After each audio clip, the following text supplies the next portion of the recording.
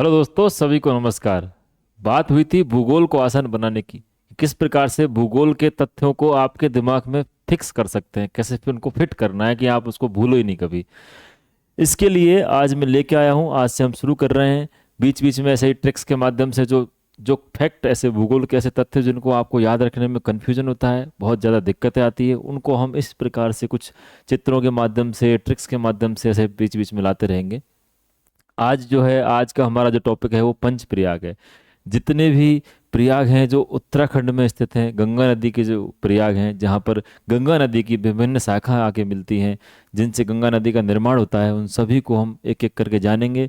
प्रतियोगी परीक्षाओं में बहुत सवाल ऐसे पूछे जाते हैं कि दो नदियाँ आके मिल रही हैं, किस कौन सा स्थान कौन सा है, प्रयाग कौन सा है, या फिर किसी प्रयाग का नाम दे दिया और कह देते हैं कि यहाँ पर कौन कौन सी दो नदियाँ आके मिलती हैं। ऐसे सवाल आपने अमूमन देखने को मिले होंगे अलग अलग कंपटीशन एग्जाम में। अभी इस पूरे जो सिस्टम है, जो कन्फ्यूजन आपके दिमाग में पैदा करता है, उसको बहुत आसान बनाने वाला हूँ ट्रिक्स के माध्यम से। देखिएगा कैसे। आपको पता है, जो गंगा नदी है उसकी मुख्य जो भौगोलिक नदी है, भौगोलिक शाखा है, वो है अलकनंदा। कौन सी है? अलकनंदा। और एक आके मिलती है भागीरथी। तो अलकनंदा और भागीरथी दोनों आके मिलती हैं देवप्रयाग में, जहाँ से गंगा की वास्तविक उत्पत्ति मानी जाती है। गंगा का वास्तविक निकास जहाँ से माना जाता है वो है देवप्रयाग। और देवप्रयाग में दो शाखाएं कौन कौन सी हैं? अलकनंदा और भागीरथी। ये दो नदियां हैं, दो इंपॉर्टेंट नदियां हैं। ये जो देव प्रयाग है ये पांचवा प्रयाग है। इसके अलावा चार प्रयाग और हैं। जो अलकनंदा नदी ऊपर से आई है बद्रीनाथ से, वो कौन कौन से प्रयागों में, उसमें अलग अलग छोटी छोटी शाखाएं आके मिलती हैं, उनके क्या क्या नाम हैं, उनको भी मैं बताने वाला हूँ आपको। ट्रिक्स के माध्यम से बने रहिए। देखिए दोस्तों, सबसे पहले मैं अलकनंदा नदी को आपको थोड़ा सा दिखा देता हूँ। ये है बद्रीनाथ, और बद्रीनाथ से कौन सी नदी निकल के जा रही है? ये अलकनंदा। कौन सी नदी है ये? अलकनंदा। ये पूरा ये अलकनंदा का सिस्टम इस तरीके से। ठीक है। अलकनंदा की मैं बात करता हूँ पहले, कि अलकनंदा पर कौन कौन सी नदियाँ कौन कौन से स्थानों पर आके मिलती हैं, जिन्हें हम प्रयाग कहते हैं। प्रयाग का मतलब होता है संगम, मतलब दो नदियों का संगम हो रहा है, इसलिए उस स्थान को क्या कहते हैं हम? प्रयाग।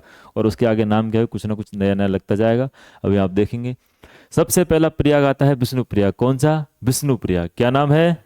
विष्णु प्रयाग। जब अलकनंदा नदी निकली है, कहाँ से? बद्रीनाथ से, तो इसमें एक नदी आके मिलती है, क्या नाम है उसका? धौली गंगा। क्या नाम है? धौली गंगा। धौली गंगा आके मिलती है अलकनंदा में, उस स्थान का नाम है विष्णु प्रयाग। अब कैसे याद रखना है इसको? जैसे ही अलकनंदा नदी पहुंची विष्णु प्रयाग, विष्णु कैसे हैं? रंग में कैसे हैं विष्णु? काले हैं। कैसे हैं? काले हैं। तो कौन सी नदी आके मिली है? धौली नदी। कौन सी? धौली, धौली गंगा। काले हैं विष्णु, इसलिए कौन सी नदी आके मिली है? धौली गंगा। देखो दोस्तों, याद रखना है, दिमाग में याद रखना है, कहानियों के माध्यम से, ट्रिक्स के माध्यम से, बस याद रहना चाहिए। अल्टीमेट हमारा उद्देश्य, एम है, याद रहना चाहिए। पेपर में हमको जैसे ही क्वेश्चन देखे तुरंत टिक लगना चाहिए, ये हमारा उद्देश्य है। उसको कैसे भी याद रखवाएं अपन। ठीक है। तो जो अलकनंदा है, जैसे ही पहुंचती है विष्णु प्रयाग, विष्णु कैसे हैं? काले हैं। तो विष्णु काले हैं, तो कौन सी नदी आके मिलेगी? धौली, धौली गंगा। कौन सी? धौली गंगा। जैसे ही ये इसके साथ यहाँ से आगे बढ़ती है, विष्णु प्रयाग के बाद में अगला आता है नंद प्रयाग। क्या आता है? नंद प्रयाग। इसको कैसे याद रखना है? जो विष्णु भगवान हैं वो कृष्ण भगवान का अवतार लेते हैं, और किसके घर में जाके रहते हैं? धरती पर जाके नंद बाबा के घर। कहाँ रहते हैं? नंद बाबा के घर। तो विष्णु जैसे ही आगे की तरफ बढ़ते हैं और फिर पहुंच जाते हैं कहाँ? नंद प्रयाग में। कहाँ पहुंच जाते हैं? नंद प्रयाग में। अलकनंदा जैसे ही आगे की तरफ बढ़ती है और पहुंचती है वो कहाँ? नंद प्रयाग में। तो उसमें नदी कौन सी आके मिलती है? नंदाकिनी। कौन सी नदी? नंदाकिनी। ये इसमें आपको दिक्कत नहीं आएगी, नंद प्रयाग है और नदी का नाम भी क्या है? नंद से है, तो नंदाकिनी। ठीक है। जैसे ही हम नंद प्रयाग से आगे बढ़ते हैं, अलकनंदा नदी की बात कर रहे हैं हम, अलकनंदा नदी जो है वो नंद प्रयाग से जैसे ही आगे बढ़ती है और वो पहुंचती है कहाँ पर? कर्णप्रयाग। कहाँ पहुंचती है वो? कर्णप्रयाग पर। कहाँ पहुंचती है? कर्णप्रयाग पर। तीसरा जो प्रयाग है कर्णप्रयाग। अब इसको कैसे याद रखना है कि इसमें कौन सी नदी आके मिली? तो आपने कर्ण की कहानी सुनी होगी महाभारत में। कर्ण जो है उनको अपने पिता के बारे में जानकारी नहीं थी, तो उस तरीके से आप देख लो कि कर्ण क्या कर रहे हैं, उनको पता नहीं है पिता है कि नहीं है, जीवित है कि नहीं है, तो उनका क्या कर रहे हैं? वो पिंडदान कर रहे हैं। क्या कर रहे हैं? पिंडदान। याद रखने के हिसाब से बता रहा हूँ, क्या कर रहे हैं? पिंडदान। तो जब पिंडदान कर रहे हैं तो नदी कौन सी आके मिल रही है? पिंडार नदी। कौन सी नदी? पिंडार नदी। दिख रही है? ये पिंडार नदी कहाँ के मिल रही है? गंगा, इसमें मंदाकिनी में। कहाँ के मिल रही है? कर्णप्रयाग पर। कहाँ के? कर्णप्रयाग पर। कौन सी नदी? पिंडार नदी। किस में मिल रही है? अलकनंदा में, क्योंकि अलकनंदा को तो देख ही रहे हैं अपन, ऊपर से चलते हुए आ रहे हैं। ये अपना हो गया तीसरा प्रयाग। अब आते हैं हम, अगला प्रयाग है रुद्रप्रयाग। क्या नाम है? रुद्रप्रयाग। जैसे ही कर्ण के साथ में यहाँ से निकली है अलकनंदा और पहुंची है आगे की तरफ निकली है, तो इसने रौद्र रूप धारण कर लिया है। कैसा रूप धारण कर लिया है?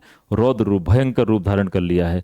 भयंकर रूप धारण कर लिया है तो भगवान शिव केदारनाथ से भेज रहे हैं मंदाकिनी। कौन सी नदी? मंदाकिनी। इसको मंद करने के लिए। किसको मंद करने के लिए? अलकनंदा को मंद करने के लिए, क्योंकि अलकनंदा ने रुद्रप्रयाग पर पहुंच के रौद्र रूप धारण कर लिया है। इसलिए भगवान शिव केदारनाथ से कौन सी नदी भेज रहे हैं? आपको पता है केदारनाथ जो है भगवान शिव का वो है धाम है, तो कौन सी नदी भेज रहे हैं? मंदाकिनी नदी भेज रहे हैं। मंदाकिनी नदी कहाँ की मिल रही है? रुद्रप्रयाग में। किससे मिल रही है? किससे मिल रही है? अलकनंदा से। तो आपको पता ही है अलकनंदा ही चल रहा है पूरा ऊपर से। फिर जैसे ही हम आगे की तरफ बढ़ते हैं, जैसे ही अलकनंदा नदी जो आगे की तरफ बढ़ती है और पहुंचती है कहाँ? देवप्रयाग। अपना सबसे लास्ट जो प्रयाग है देवप्रयाग। क्या नाम है? देवप्रयाग। इसमें आके मिलती है भागीरथी नदी। और भागीरथी नदी कहाँ से आ रही है? गंगोत्री ग्लेशियर से। कहाँ से आ रही है? गंगोत्री ग्लेशियर से। अब इसको याद कैसे रखना है? आपको पता है, आपने पौराणिक कथाओं में सुना होगा कि जो भागीरथ राजा थे, राजा भागीरथ थे, उन्होंने तपस्या करी और वो स्वर्ग से गंगा को कहाँ लेके आए? धरती पर। जब इतना बड़ा काम जो उन्होंने किया है तो हम उनको किसकी उपाधि दे सकते हैं? देव की, देवता की उपाधि दे सकते हैं। इसलिए जैसे ही भागीरथी नदी यहाँ आके मिलती है और इस प्रयाग का नाम क्या हो जाता है? देवप्रयाग। क्या हो जाता है? देवप्रयाग। इस तरीके से हमने पांचों के पांचों प्रयाग को एक कहानी के माध्यम से पूरा देख लिया है। अब ये देवप्रयाग से ये सारा सिस्टम जो मिलके फिर बनाता है गंगा। क्या बनाता है? गंगा। ये देख रही होगी आपको गंगा। और गंगा इधर जाके आगे जाके गंगा जब पहुंचती है कहाँ पर? इलाहाबाद या प्रयागराज, उसमें आके मिलती है कौन सी? यमुना नदी। इसलिए प्रयागराज, इतनी बड़ी यमुना और गंगा जब आके मिलती हैं तो इसका मतलब संगमों का राजा है कौन? प्रयागराज। इस तरीके से इस क्लास में हमने पांचों के पांचों प्रयाग को शानदार ट्रिक्स के माध्यम से याद किया। मिलते हैं नेक्स्ट वीडियो में। इसी प्रकार से कोई ऐसा तथ्य, ऐसा फैक्ट जो आपको याद करने में बहुत ज़्यादा परेशानी पैदा करता है, उसको भी ऐसे ही आसान बनाने का प्रयास करेंगे।